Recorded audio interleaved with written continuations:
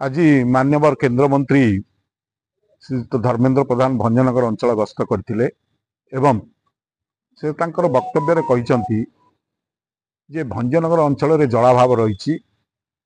pipe पड़ी किंतु जलर अभाव अच्छी मु आपण मानू जन देवाई चाहे 2023 मसीह उक्त प्रकल्प मंजूर होता एवं प्राय 1700 कोटी ऊर्ध्व टंकार ए प्रकल्प कार्यकारी होची एल&टी कंपनी ए प्रकल्प को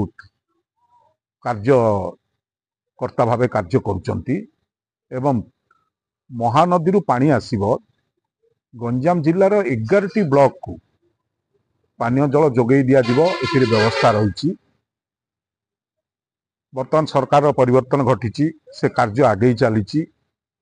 राजनैतिक उद्देश्य रखी ताको विलंबित न करी से प्रकल्प को तुरंत कार्यकारी करने पाई सरकार चेष्टा करंतु एवं ये अंचल होची आमर प्रिय नेता पूर्वतन मुख्यमंत्री नवीन बाबू को पैतृक अंचल ए अंचल को एक उन्नत अंचल परिणत करने दायित्व नेबा दिन ठारू माननीय नवीन पट्टनायक उद्यम कर आछंती एवं बहु उन्नयन कार्य अंचल तेणु माननीय केंद्र मंत्री जो सूचना देइचंती